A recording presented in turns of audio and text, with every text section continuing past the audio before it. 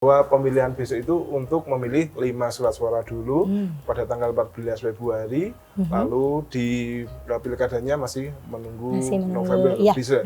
Jadi ini perlu diluruskan dulu pemahaman kepada seluruh masyarakat. Ya. Yang di awal tahun, tanggal 14 Februari 2024, kita akan memilih 5 macam pemilihan, yaitu Presiden, Wakil Presiden, DPR RI, anggota DPD, anggota DPR tingkat provinsi, dan DPRD Kabupaten Kota.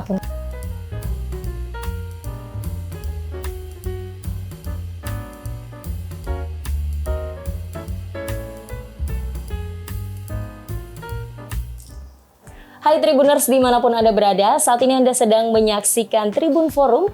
Bersama saya Unika Bella akan mengajak Anda untuk mengetahui berbagai informasi terkait Jawa Tengah dan sekitarnya, di mana lagi kalau bukan di Tribun Forum, Tribun Jateng. Dan sebagai warga negara yang baik, tentunya kita tahu nantinya di 2024 mendatang akan ada pesta besar-besaran begitu, baik itu pemilihan presiden, wakil presiden, DPR RI, DPD, baik itu kabupaten maupun kota. Dan hari ini langsung menyapa dari Kabupaten Sragen, sudah hadir bersama dengan saya Ketua KPU dan juga Ketua Bawaslu. Ada Bapak Minarso SPD MPD selaku Ketua KPU Kabupaten Sragen. Selamat siang Bapak, apa kabar? Selamat siang Mbak, kabar baik, terima kasih. Assalamualaikum warahmatullahi wabarakatuh. Waalaikumsalam warahmatullahi wabarakatuh. Kemudian tidak hanya dari KPU, kita juga sudah hadirkan begitu dari Bawaslu Kabupaten Sragen. Sudah hadir juga bersama dengan saya ada Bapak Dwi Budi Prasetya, SFil IMH selaku Ketua Bawaslu Kabupaten Sragen. Selamat siang Bapak. Selamat siang Mbak Bila. Apa kabar? Alhamdulillah baik. Alhamdulillah Kami ucapkan baik. selamat siang kepada para Tribuners di seluruh Jawa Tengah dan seluruh Indonesia pada umumnya. Iya, baik. Dan pastinya ini semua sehat begitu ya. Karena kita semua sudah divaksin begitu yang melakukan syuting di tempat ini langsung menyapa dari Kabupaten Sragen. Dan berbicara mengenai pemilu dan juga pilkada ini Bapak, tentunya sebelum menuju ke pembahasan lebih lanjut, saya ingin mendengar penjelasan singkat baik itu dari KPU dan juga Bawaslu. Ini bisa dijelaskan singkat untuk para Tribuners yang ada di rumah yang mungkin belum mengetahui secara singkat ini KPU dan Bawaslu itu apa sih? Mungkin hanya mendengar saja, kemudian mengikuti pemilu, masuk ke TPS terus pulang, tapi tidak tahu KPU itu apa, Bawaslu itu apa, dan mungkin mereka taunya oh sama aja mungkin ya. Bisa dijelaskan secara singkat dulu, baik itu hubungan antara demokrasi juga dan pemilu. Saya mau mulai dari Pak Minarso terlebih dahulu, monggo Bapak. Ya, terima kasih Mbak Bella dan Tribuners dimanapun berada, bahwa antara demokrasi dan pemilu itu kita ibaratkan sebuah koin uang ya. Di satu sisi itu adalah demokrasi, di satu sisinya adalah pemilu. Di mana adalah demokrasi berarti ada pemilu. Ringkas cerita bahwa pemilu itu merupakan satu dari sekian bentuk macam suatu bentuk nyata mempraktekkan nilai-nilai yang ada di dalam demokrasi, yaitu digunakan untuk bagaimana toh cara memilih para pemimpin bangsa negara di dalam negara demokrasi. Itulah pemilu. Oke, baik. Kemudian untuk Pak Budi sendiri, untuk Bawaslu ini bisa dijelaskan secara singkat, monggo Bapak kepada Tribuners. Iya, selamat siang para Tribuners. Kami sampaikan, tadi sudah disampaikan oleh Pak Ketua KPU Kabupaten Sragen bahwa demokrasi dan pemilu adalah sebuah seperti sisi mata uang, koin seperti yang tidak bisa terpisahkan. Maka begitu juga hubungan antara KPU dan Bawaslu, di mana ada KPU pasti di situ ada Bawaslu. Karena di penyelenggaraan pemilu itu KPU sebagai pengawas teknisnya, Bawaslu adalah sebagai mengawasinya. Mengawasi tidak hanya bagaimana KPU itu menjalankan seluruh tahapan, tetapi hal-hal lain yang bisa diawasi oleh Bawaslu kita gunakan. Lalu selain KPU dan Bawaslu ada lagi satu lembaga yang menjadi penyelenggara pemilu, yaitu DKPP. Jadi KPU dan Bawaslu itu selalu diawasi terkait dengan kode etiknya, integritasnya itu oleh DKPP. Baik, tadi mendengar begitu tahapan gitu ya. Saya mau menuju nih terlebih dahulu ke KPU Bapak Menarso. Ini bisa dijelaskan bagaimana sih tahapan pemilu 2024 mendatang, kemudian untuk pemutakhiran data, begitu pendaftaran, verifikasi, dan sampai penyelenggaraannya nanti bisa dijelaskan tahapannya secara detail kepada Tribuners. Silakan Bapak. Ya, baik Mbak Bella. Jadi begini, menurut Undang-Undang 7 tahun 2017 bahwa kita sudah jelas diatur, salah satunya adalah masalah tahapan-tahapan pemilu. Kalau mau kita jelaskan semuanya itu ada 11 ya, ada 11 tahapan, dari itu perencanaan program jadwal sampai dengan pelantikan atau pengucapan sumpah janji para calon terpilih. Tetapi diantaranya utama yang awal itu ada namanya perencanaan program, kemudian nanti ada pemutakhiran data pemilih dan penyusunan data pemilih, baru diikuti nanti adanya pendaftaran dan verifikasi partai politik, berikut nanti penetapannya. Dan yang jelas ini kan tanggal 25 Juli tahun 2022. Ini kita sedang persiapan. Dan nanti sudah mulai tanggal 1 Agustus sampai dengan 14 Agustus itulah masa pendaftaran dan verifikasi peserta pemilu, yaitu partai politik. Itu yang paling real saat ini. Ya. Oke, baik. Berarti saat ini dalam tahapan tersebut begitu ya Pak? Dalam tahapan tersebut. Oke, baik. Untuk diselenggarakan yang nantinya secara serentak di 14 Februari 2024. Oke, baik. Saya beralih ke Bawaslu. Untuk Bawaslu sendiri nih Bapak Budi, terkait kinerja Bawaslu, mungkin masyarakat secara awam kan mengertinya Bawaslu itu bekerjanya secara mungkin saat pemilu saja, begitu mengetahuinya. Padahal tidak tahu di belakangnya Bawaslu juga mengawasi dan juga meminimalisir pelanggaran. Benar ya Pak? Iya. Bisa dijelaskan monggo kepada Tribuners. Iya, terima kasih Mbak Bella. Ya, jadi kegiatan kita mungkin masyarakat awam paham terkait dengan Bawaslu itu ketika bekerja waktu pemungutan suara saja. Padahal ketika tahapan pemilu itu dimulai 20 bulan sebelum hari pemungutan suara ya Mbak ya. Jadi sudah dimulai tanggal 14 Juni kemarin, sudah di launching. Saat itu kita sudah mulai melakukan mengawasi kegiatan-kegiatan pengawasan itu sudah kita mulai.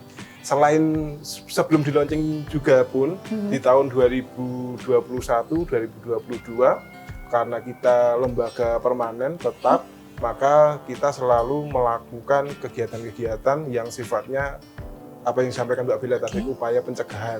Kita sebutnya pencegahan, memberikan sosialisasi kepada masyarakat terkait dengan pendidikan masyarakat supaya memberi paham, mengetahui terkait dengan demokrasi, terkait dengan pemilu, lalu menyadarkan masyarakat supaya ikut aktif dalam kegiatan-kegiatan kenegaraan, lalu apabila ada pemilu siap untuk tidak hanya memilih, tetapi juga ikut mengawasi jalannya proses pemilu tersebut. Jadi 20 bulan ke belakang ini kita sudah mulai all on untuk ikut mengawasi. Oke, baik. Tentunya peran masyarakat sendiri ini juga penting ya. Selain KPU dan juga Bawaslu, ini juga harus ada sinergi, begitu benar ya Pak? Antara KPU, kemudian Bawaslu, dan juga masyarakat. Karena saya pikir masyarakat sendiri ini mempunyai kuasa begitu, hak pilih nantinya untuk menentukan siapa sih pemimpin saya ke depan, begitu ya Pak? Oke, baik. Saya mau beralih ke KPU. Ini terkait tadi yang Bapak jelaskan tahapan secara detail 11 tadi, begitu ya Pak? Mungkin kalau dijelaskan cukup lumayan lama, begitu ya Pak?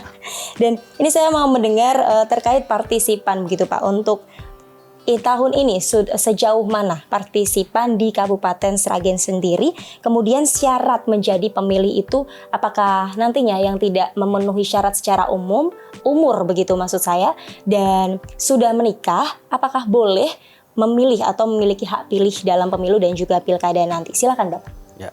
Oke, terima kasih Mbak. Jadi begini, terkait kita ambil dari belakang dulu nggak apa-apa ya.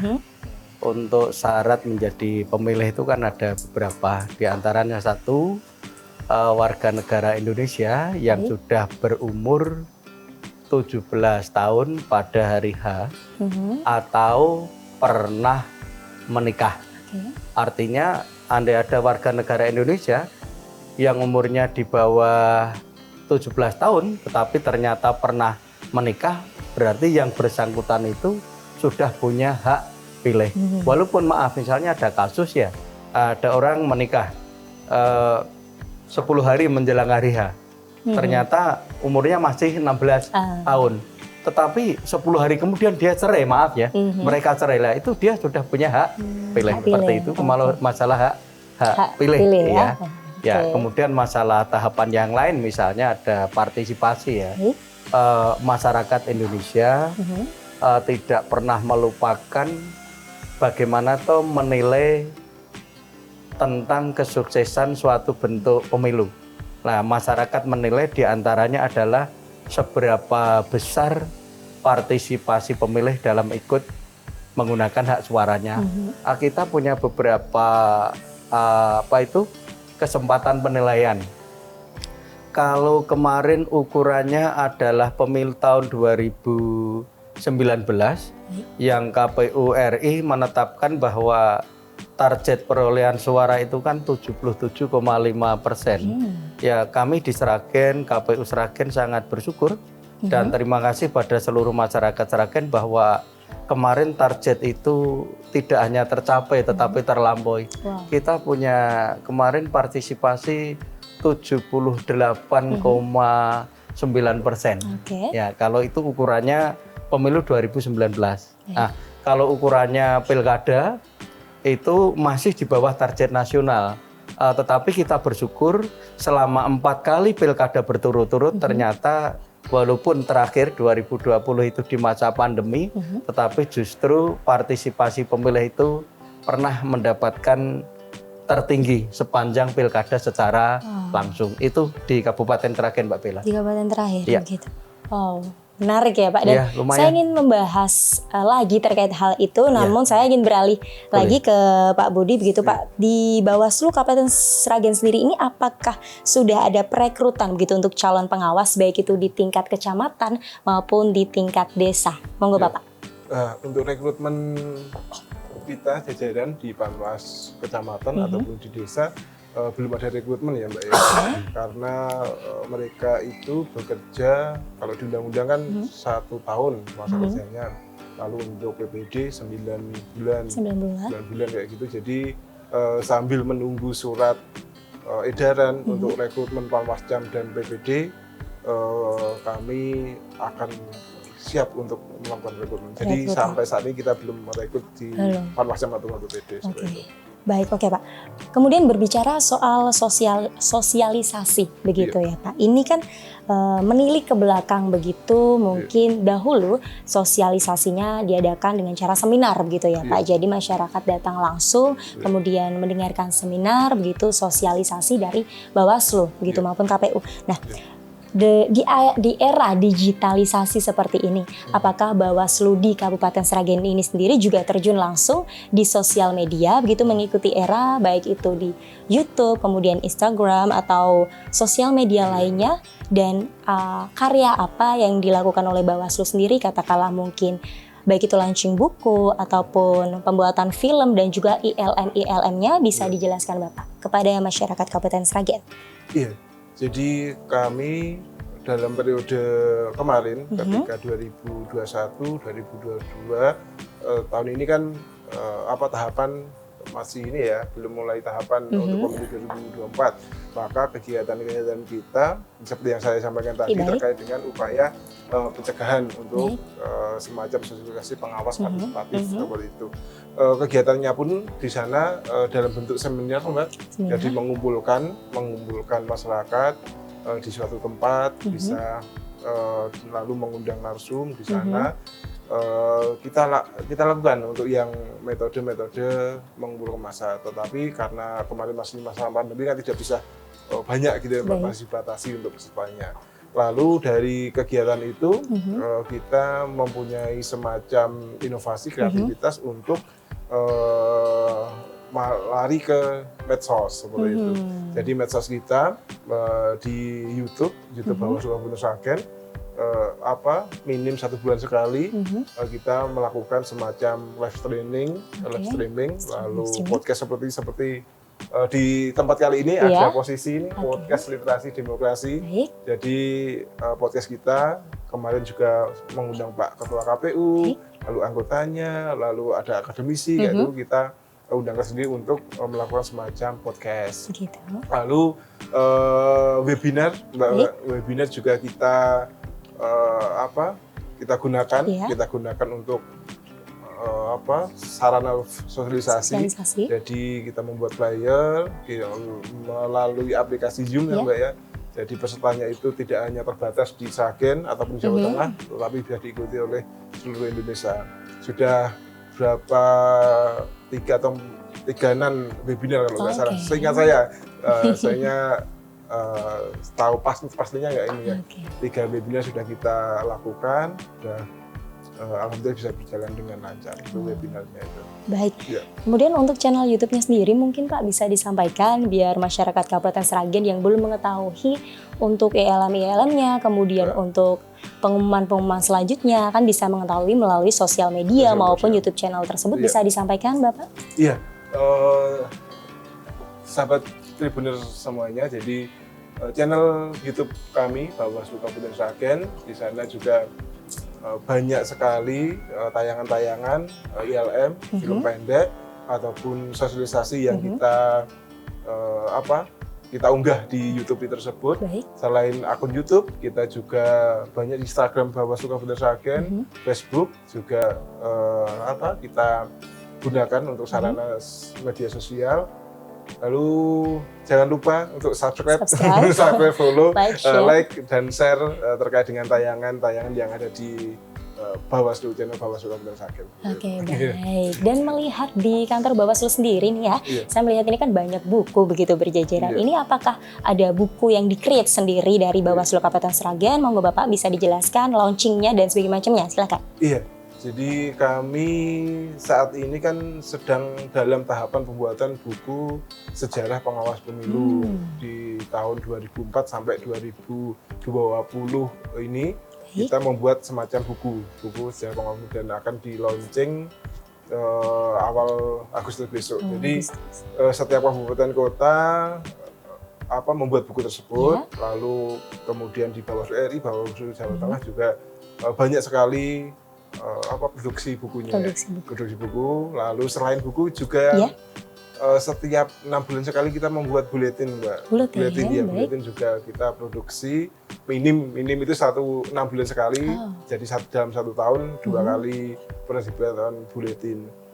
Buku-buku ini juga selain didistribusikan kepada perpus di tingkat lokal lalu di sekolah-sekolahan yang sama juga distribusikan ke seluruh teman-teman Bawaslu Kabupaten Kota Jawa Tengah gitu ya.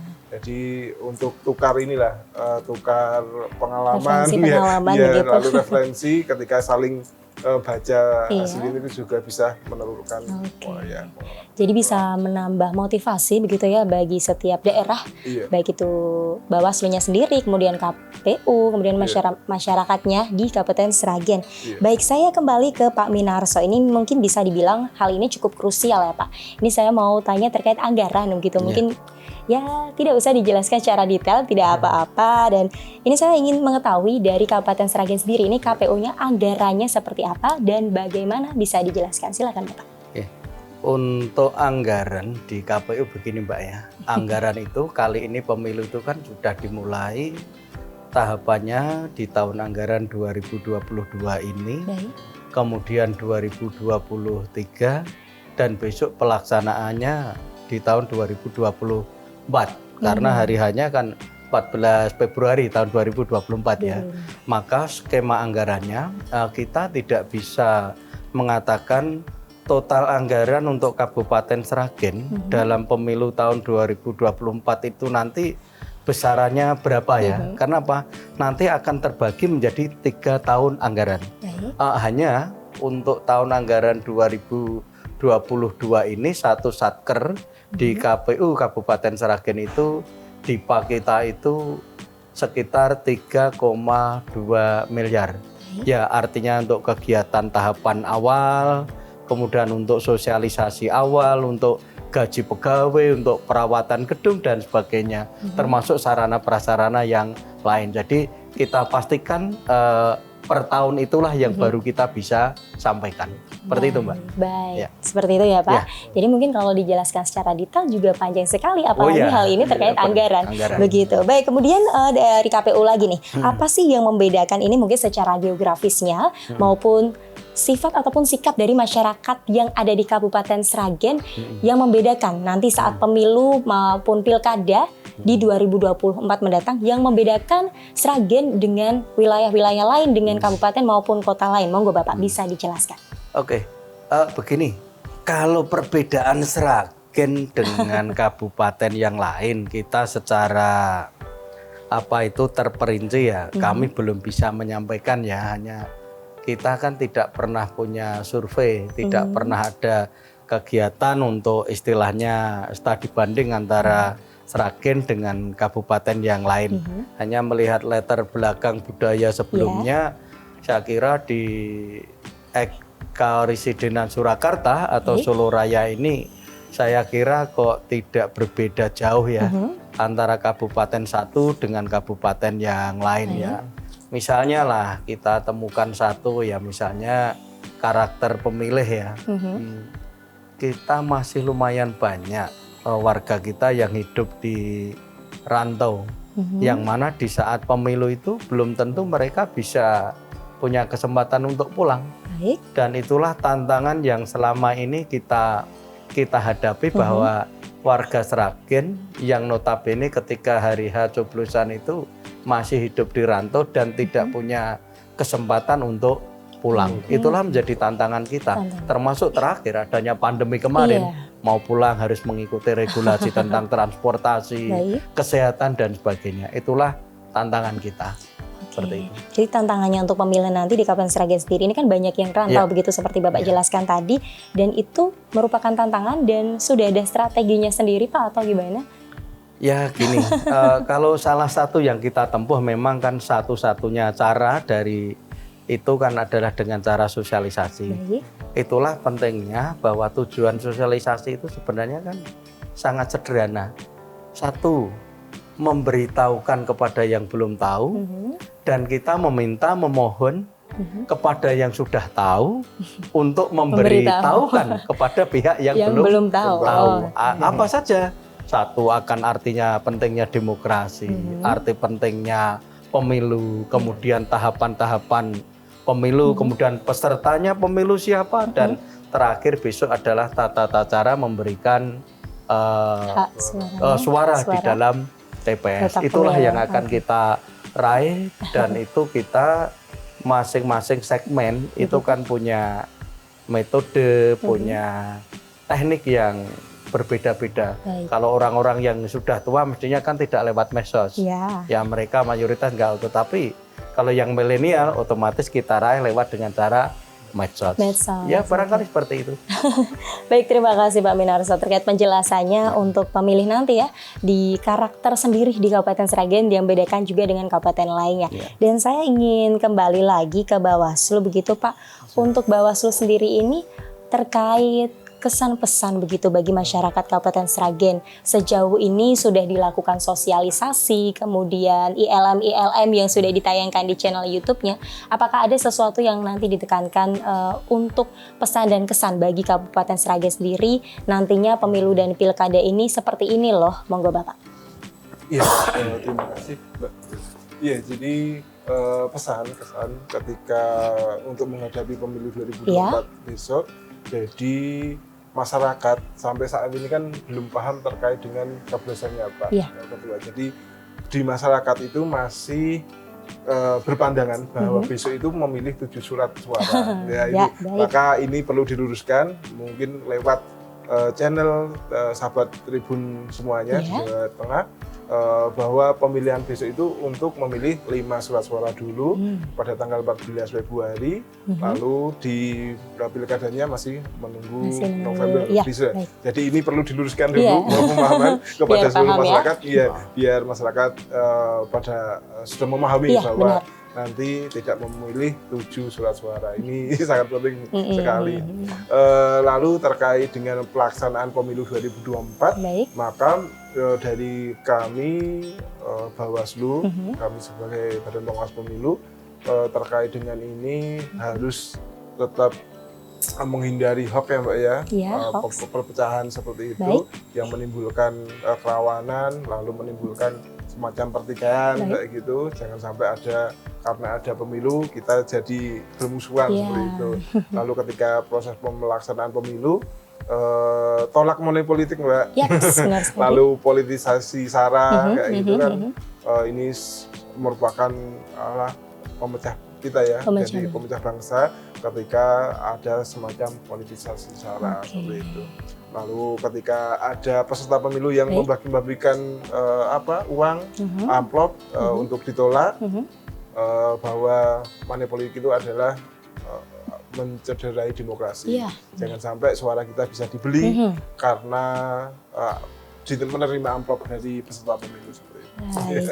Jadi apabila nanti bagi masyarakat Kabupaten Sragen begitu ya, ada yang mengetahui pelanggaran, kemudian penyelewengan, penyalahgunaan gitu untuk pemilu dan pilkada nantinya, bisa dilaporkan ya langsung di Bawaslu atau mungkin di websitenya ada, di sosial medianya ya Pak? Iya, ada. Jadi selain bisa datang langsung ke kantor Bawaslu Kabupaten Sragen, kita juga ada semacam website kita juga ada.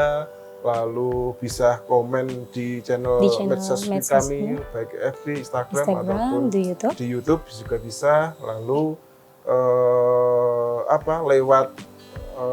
lewat di lapangan. Maksudnya ketika kita punya pengawas ad hoc bisa langsung baik itu di tingkat kecamatan, kelurahan, itu bisa langsung datang ke sana, nanti bisa diteruskan kepada Bawaslu. Baik. Jadi jangan sampai ya hak suara kita itu dibeli dengan begitu gampangnya dengan uang ya, karena ini butuh peran penting juga bagi masyarakat ya, supaya hak pilih kita itu benar-benar berguna dan berkualitas gitu ya, bukan ya dibayar aja terus milih seenaknya begitu ya. Kita menghindari seperti itu juga. Dan pastinya bagi masyarakat Kabupaten Sragen ya, untuk berita-berita hoax yang tersebar nantinya kita juga tidak ingin seperti itu, begitu ya. Mungkin ada berita-berita kalau dalam bahasa ini kan framing begitu ya Pak. Jadi melihatnya hanya sebingkai saja begitu, hanya kecil saja, tapi tidak melihat secara luasnya. Oh seperti ini, terus kemudian disebarluaskan, padahal berita sebenarnya tidak seperti itu.